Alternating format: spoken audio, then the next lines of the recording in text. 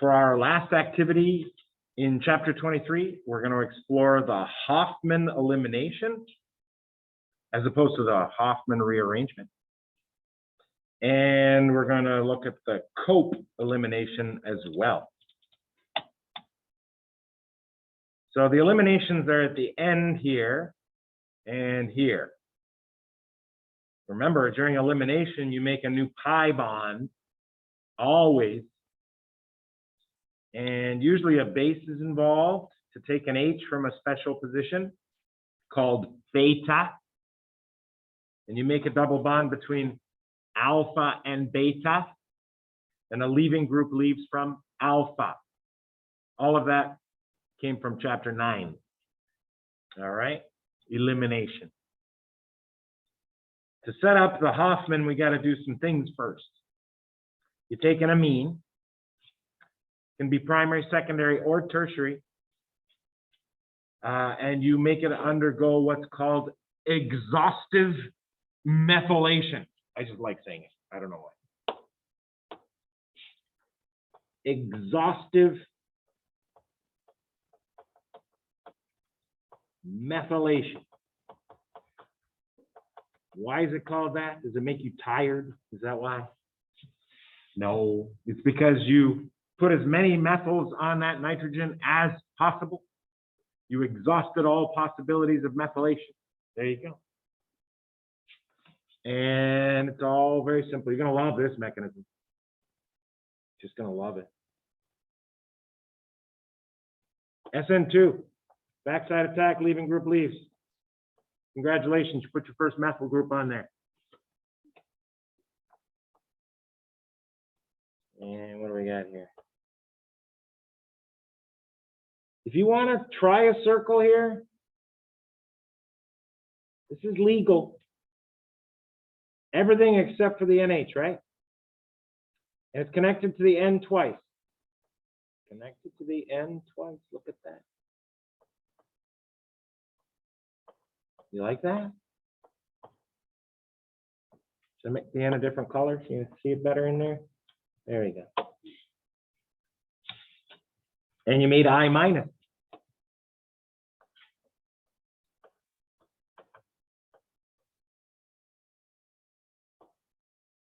Here's a nice little introduction. When I minus X is a base, you make HI. Told you it was a nice introduction. Hi. And we made R to N to lone pair. Oh yeah, in a methyl. And how's that going to get up here? Molecule number 2 of methyl iodide is waiting in the wings, as they say. Backside attack and end of story.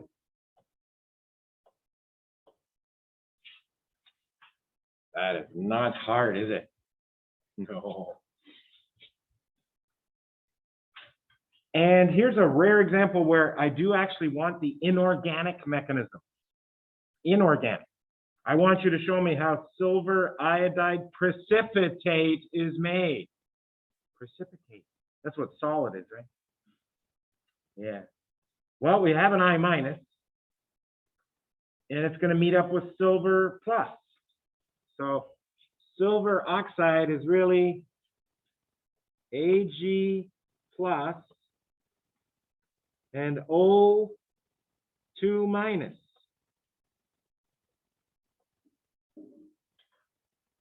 I tried to circle my charge, didn't work out. Well, Ag plus is going to be an electrophile. I minus is a nucleophile. So this is how those precipitation reactions happened way back in the day in 141. There you go. Now you have a mechanism for it. Lone pair and iodine makes a bond to silver, and you got an insoluble precipitate. Now, O2 minus is a very strong base. We already know OH minus is a strong base. And Do you need to have it explained to you that if you take a strong base and remove a proton from it, you have an even stronger base? Does that need explanation? No, it was already a strong base and then you made it more basic. All right, so I don't think you're going to have trouble with this next part. O2 minus is in water, right? It's going to react with water. Very quickly, it will react with water. There's water. And it's kind of cool what happens here. The O2 minus itself becomes HO minus.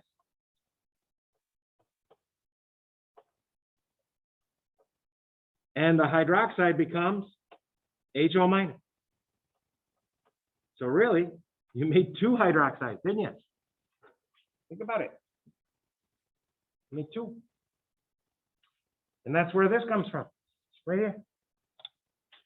Yeah, it wasn't a miracle. It appeared because this reaction happened. So that's it for going from here to here. There's no change in the organic part. And now your base is ready.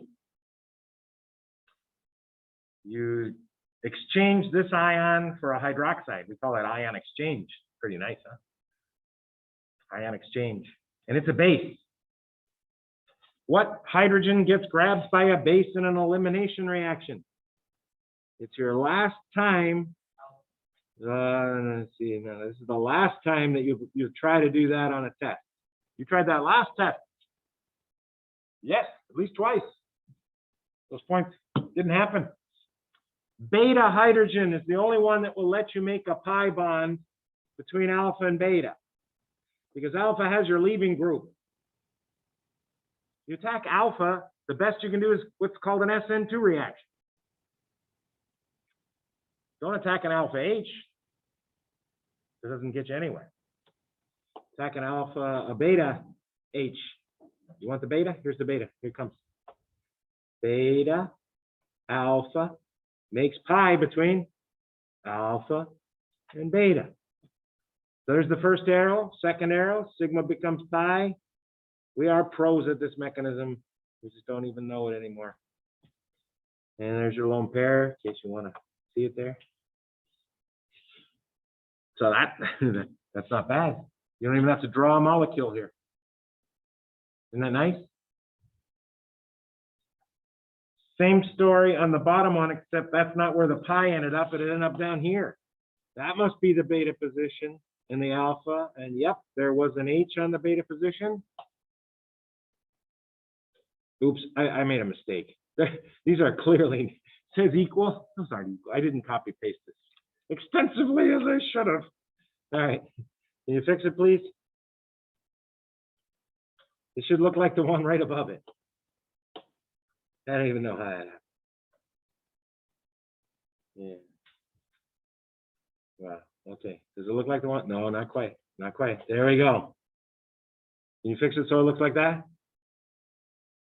Can you put this beta H down here? You label it. You don't have to label it, but you know, it helps us review. Grab that H. Sigma becomes pi. Leaving group leaves. Although, does it really? It doesn't really leave, does it? Becomes unattached. It's still attached on the other side. Over here. And this one's gonna blow your mind a little bit. You are not gonna be circling the one you think you should circle. Although, there's no clear basis for picking one over the other as with information you currently know. Because they both have the same substitution. They're both di-substituted alkenes. They have two carbons attached to the alkene carbon here. This one has two carbons attached to the alkene carbon here. Can't even use that as an argument to start with. And if you tried, you'd have the wrong answer. If you're going for the more stable alkene in this problem, you're not thinking about this reaction's not under thermodynamic control. So if you're talking stability, you're always talking about thermodynamics. Remember that. This is one that's governed by the other principle, the one that says The H that's easier to get to is the one you're going to get to faster. That's not called thermodynamic control. What's that one called? Say it again, I heard it. Kinetic control, thank you. This is under kinetic control. We'll be explaining our choice shortly, like right now. I'm going to explain it right here in dark blue. This H has lower, what's the way to say it's easier to get to? It's less blocked by close atoms, yes. And atoms in space is called steric hindrance. And that's your full explanation for circling this product. Yeah. Up on top, there's this methyl up here. You see it? Is there a methyl on this position down here? No. That means there's less bulky stuff near this H. This H has a methyl next door. This H does not. That's why I said this H has lower steric hindrance. And you circle that product there that comes from that H. And that's the end of the Hoffman rearrangement. I don't know. See if we can get something fancy going here. Yeah. Hoffman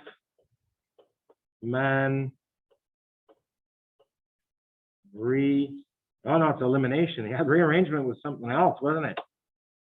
They just had a spiel about that, and whoa. Gotta watch those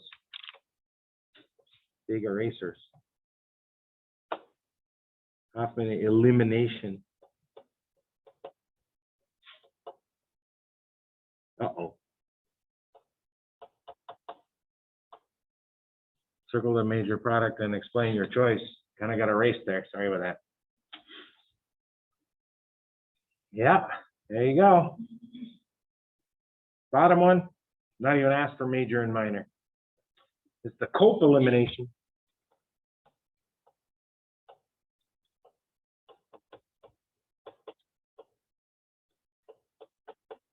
Now, to set up a Cope elimination, you've got to make what's called an N-oxide. That's what these are. N-oxides. They're the same. This time they are the same. I know it looks like they're drawn different, but I just put the O on the top of one and the bottom of the other. Kind of hinting which direction you got to go for the H. It's the same H as before, by the way. You got to grab a beta H. Beta H. This time, the O minus is in the molecule. It can already reach it. You don't have to worry about it approaching and finding the one that's easier to get to. You don't have to worry about it. It's already approached. It's already on scene. It's not even moving. It's there all the time. Okay, you don't have to wait for it. It's there. Grab the H. Make the pie. Leaving group leaves. Grab the H. Make the pie. Leaving group leaves.